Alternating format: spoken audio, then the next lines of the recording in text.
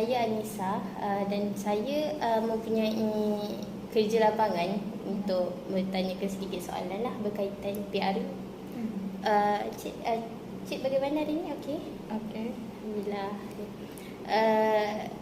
Seperti yang kita tahu, tahun ini merupakan tahun mengundi. Jadi soalan yang pertama adalah, adakah seseorang itu boleh menggunakan kad pengenalan orang lain untuk mengundi? Tidak dibenarkan kerana pihak SPR akan membuat semakan sebelum membenarkan seseorang itu mengundi. Okey, baiklah. Dan seterusnya, apakah status semasa pelaksanaan undi 18 di Malaysia? Pilihan raya di negara ini akan mula menggunakan sistem berkaitan had usia, kelayakan mengundi 18 tahun dan pendaftaran pemilih secara automatik. Terima kasih Cik Maimunah. Sama-sama. Assalamualaikum. Saya Nur Saidah daripada wartawan. Saya nak perkenalkan nama saya Nur Suraya binti. Saya nak bertanya soalan. Apakah fungsi Badan Pembangunan? Badan yang mengubah undang-undang. Apakah fungsi pilihan raya? Proses demokrasi untuk memilih pemimpin mentadbir kerajaan. Bolehkah orang mengundi bagi pihak orang lain? Tak boleh, macam orang yang apa tu cacat penglihatan, dia orang kena bawa orang yang dia orang percaya lah untuk bantu mereka pangkah kertas undi. Tapi orang tu kena isi borang 10 lah lebih dahulu. Pengundi muda akan buat pilihan pada 19 November nanti. Okey, pengundi muda ni dia akan bertanyakan beberapa soalan kepada golongan yang lebih berpengalaman mengenai isu semasa dan mengenai pentadbir negara yang boleh mengamankan dan menstabilkan ekonomi negara, terutamanya kepada golongan yang berpengalaman iaitu ibu bapa. Terima kasih. Bolehkah saya tanya dua soalan kepada anda? Boleh. Soalannya adalah, di manakah anda boleh mendaftarkan diri sebagai pengundi baru? Kita boleh mendaftarkan diri kita sebagai pengundi baru melalui menyemak aplikasi SPR. Okey. Soalan yang seterusnya adalah, apakah syarat untuk didaftarkan sebagai pemilih secara automatik? Kita perlu berumur 18 tahun ke atas dan tidak hilangkan kelayakan sebagai rakyat mengikut Undang-Undang Malaysia. Okey, terima kasih. Kenapa penggunaan pen tidak dibenarkan untuk menanda kertas undi? Sebab kat situ dah sediakan peralatan. Pensil. Selamat petang, saya Celia dari kumpulan awam ingin interview seorang pengundi.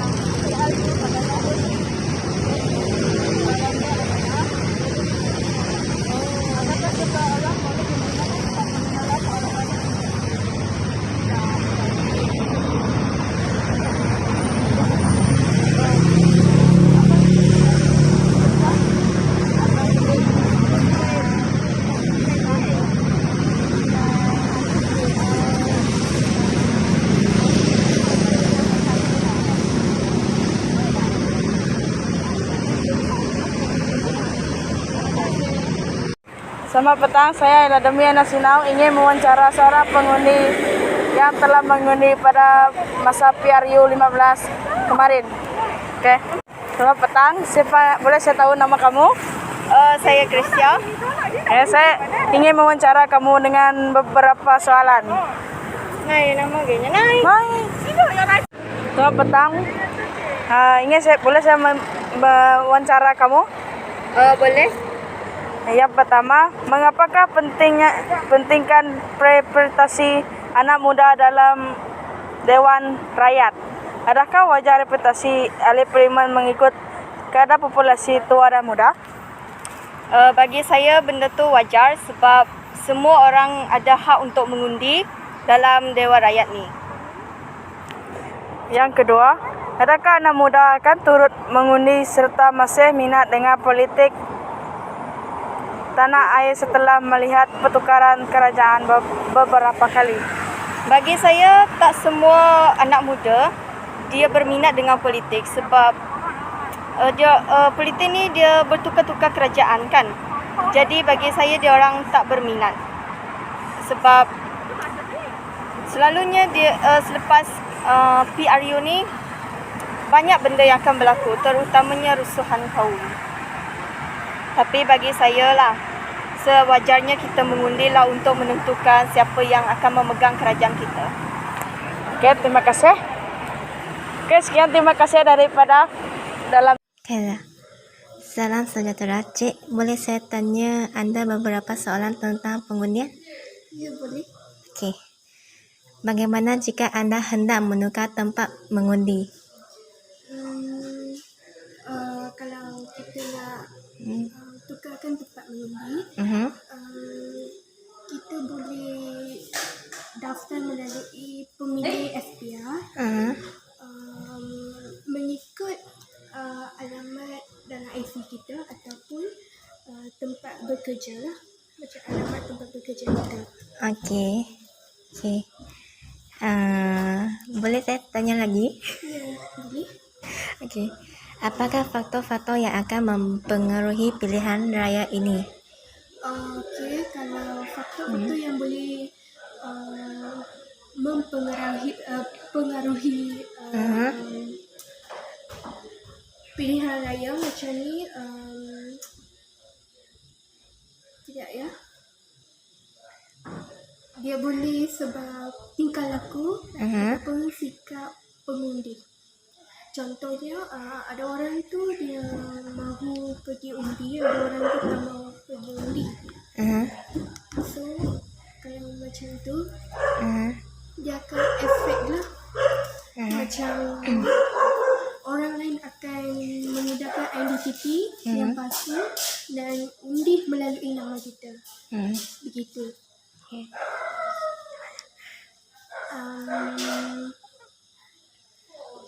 So, untuk yang ni, kita ni perlu menjaga sikap-sikap kita semasa memberi komitmen yang tinggi, semasa mengundi lah, semasa contoh PRU 15 yang lalu ni. So, kalau kita bagi komitmen, kalau nak bagi komitmen yang tinggi sebegini, so dia akan stabil. Okey. So, Okey. Ya. so contohnya tiada pergaduhan. Begitulah. So kita pun kena jagalah sikap-sikap kita semasa mengundi, tidak mencari apa-apa masalah. So begitulah. Okey. Baik, terima kasih, Cik. Kalau calon pilihan tak bertanding. Musnahlah pengundi. Jadi tak ada apa yang diharapkan lagi. Jadi harapan kita kacik-kacik lah. Selamat sejahtera. Kamu boleh kenalkan diri anda. Selamat sejahtera, saya Nitya Suriana Perempuan Sulkumar, saya 18 tahun dan saya dari Kuala Lumpur.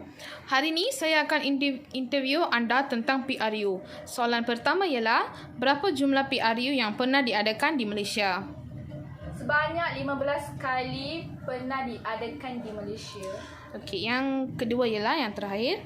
Apakah usaha yang akan dilakukan khususnya Kementerian Belia dan Sukan bersama Suruhanjaya Pilihan Raya Malaysia bagi mendidik pengundi-pengundi yang baru ini?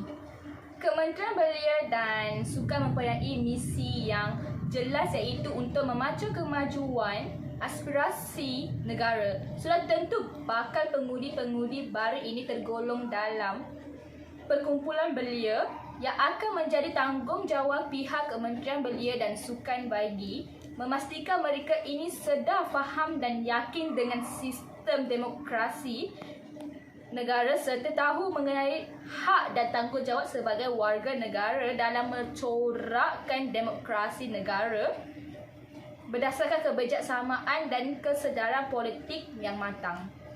Okay, thank you.